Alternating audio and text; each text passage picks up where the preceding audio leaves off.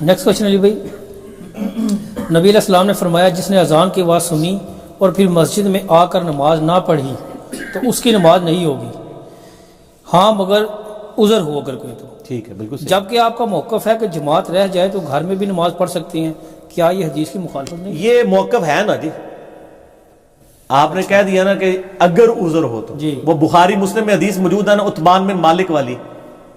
کہ ان کی تھوڑی نظر بھی کمزور ہو گئی تھی، جو میں نے اگلے دن بیان بھی کی ہے، اور انہوں نے نبی علیہ السلام کو ریکویسٹ کی کہ آپ میرے گھر میں آ کے ایک جگہ نماز پڑھیں، میں اس کو اپنا مصلی بنا لوں گا، کیونکہ مدینہ شریف چونکہ میدانی علاقہ ہے، جب بارش ہوتی ہے تو برساتی نالے بہتے ہیں تو میں مسجد تک نہیں پہنچ سکتا، اور کبھی سردیاں بھی ہوتی ہیں تو میں گھر نماز پڑھ لوں گا، آپ کو ایک ایسا مصلی میرے گھر میں کونے میں نماز پڑھیں، میں اس کو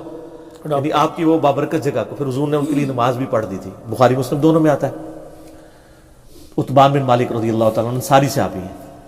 تو اس سے پتہ چلا نبی اسلام نے کیوں نہیں کہا کہ بھئی تو گھر کیوں پڑھنا، گھر تو ہوندی ہی نہیں ہے، گھر اس کی نہیں ہوتی ہے جس کے پاس ساری فیسلٹیز تھیں اور جماعت بھی جان بوجھ کے اس نے چھوڑی ہے۔ اگر عذر کی وجہ سے جماعت چھوٹی ہے تو بخاری مسلم دونوں میں موجود ہے کہ نبی علیہ السلام سخت سردیوں میں، بارش کے دنوں میں اذان میں ایڈ کرواتے تھے سلو فی الرحال، گھروں میں ہی نماز پڑھ لو، سردی میں بھی، خوف میں بھی، بارش میں بھی آپ گھر پڑھ سکتے ہیں۔ ایون بخاری میں آتا ہے جمعے کی نماز تھی، اس سے زیادہ امپورٹنٹ نماز کوئی نہیں ہے، آپ نے فرمایا اعلان کرو گھروں میں ہی نماز پڑھ لو، آپ نے یہ نہیں فرمایا بارش رکنے کا انتظار کر لو اور کوئی کشتی لے کے آ جاؤ، ظاہر ہے یہ اس کا قطعاً مقصد نہیں جو سعودیہ کے علماء نے سمجھا کہ گھر میں نماز ہو ہی نہیں سکتی۔ ایک بندے کی جماعت چھوٹ گئی ہے، اب اس کو یقین ہے میں مسجد میں جاؤں گا مجھے جماعت نہیں ملے گی تو اب گھر وہ پڑھ لے، عذر ہے نا اس کا، لیکن ایک بندہ جو ہے وہ جان بوجھ کے گھر پڑھتا ہے اس کے اوپر اپلائی ہوگی، ٹھیک، یہ نہیں کہ گھر میں نماز نہیں ہوتی، ورنہ بخاری مسلم میں حدیث ہے کہ جو لوگ گھروں میں نماز پڑھتے ہیں اور مسجد میں نہیں آتے ہیں، میرا دل کرتا ہے کہ میں ان کے گھروں کو آگ لگاؤں۔ وہ آپ کو فرمانا چاہیے تھا نا، میں ان کو یہ بتا دوں کہ ان کی نماز کوئی نہیں ہوئی، انہوں نے جو گھر پڑھی ہے، بالکل صحیح،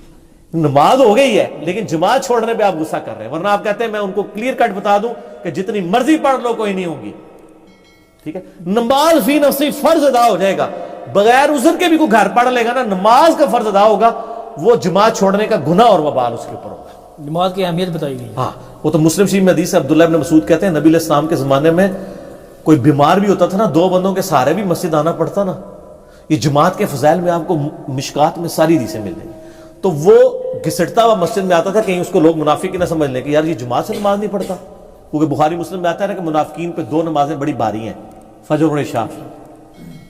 سنن نسائی میں آتا ہے نا آپ نے فجر کی نماز پڑھائی، پوچھا فلاں کدھر، فلاں کدھر، کوئی بھی نہیں، آپ نے بڑا جلال فرمایا کہ لوگ مطلب مسجد میں آ کے نماز نہیں پڑھتے، لیکن عذر کے ساتھ۔ البتہ جو بہت ایمان والا تقوی والا ہے نا، اس کے ساتھ حضور بھی ویسے ہی سلوک کرتے تھے۔ عبداللہ ابن ام مکتوم نے بھی پوچھ لیا تھا نا، مسلم شریف میں آتا ہے، بالکل صحیح، یا رسول اللہ نابینا ہوں، بڑے موذی جانور ہیں مدینہ شریف میں، کافی عمر تو ہاں عمر بھی مسئلہ، ہاں میں مسجد میں آ کے نماز پڑھوں، آپ نے فرمایا ٹھیک ہے گھر میں پڑھ لو۔ تو واپس جب جانے لگے آپ نے فرمایا اذان کی بات سنتے ہو، پیچھے سے آواز دی، پھر مسجد میں آیا کرو۔ وہ انہی کو کہا جو آ سکتے تھے، یہ تقوی والی بات ہے، فتوے والی بات نہیں، فتویٰ وہی ہے، ٹھیک ہے نا، کہ جو آپ علیہ السلام نے فرمایا کہ آپ خود اعلان کروا رہے ہیں مسجد سے، صلو فی الرحال، بخاری مسلم دونوں میں، سخت سردیوں کی راتوں میں،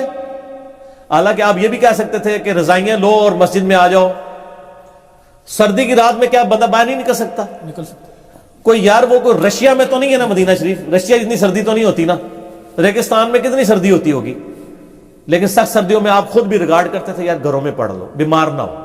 آج بھی جس بندے کو بیماری کا خدشہ ہے، کسی کو دمے کا مریض ہے، کوئی اور ایشو ہے تو گھر میں پڑھے، لیکن سر گھر میں جماعت کروا لیا کریں عورتوں کے ساتھ، صحیح،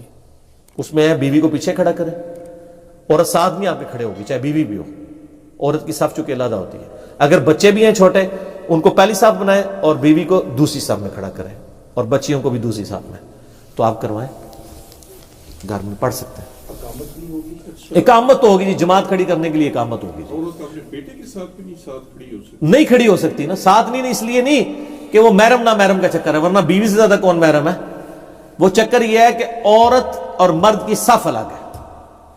ٹھیک ہو، وہ نماز کا ڈیکورم اور پروٹوکول ہے۔ اقامت بھی ہوگی سر، جتنی جماعتیں ان کے لیے اقامت کریں آپ، اذان دینے کی ضرورت نہیں ہے، وہ باہر کی اذان کافی ہے، لیکن اگر دے دے تو افضل ہے۔ وہ بخاری میں حدیث ہے تیرے رب کو اس گڈریے پہ بڑا پیار آتا ہے جو پہاڑ کی چوٹی پہ اکیلا اذان دے کے اقامت کہہ کے نماز قائم کرتا ہے۔ اچھا اکیلے بھی جماعت ہو جاتی ہے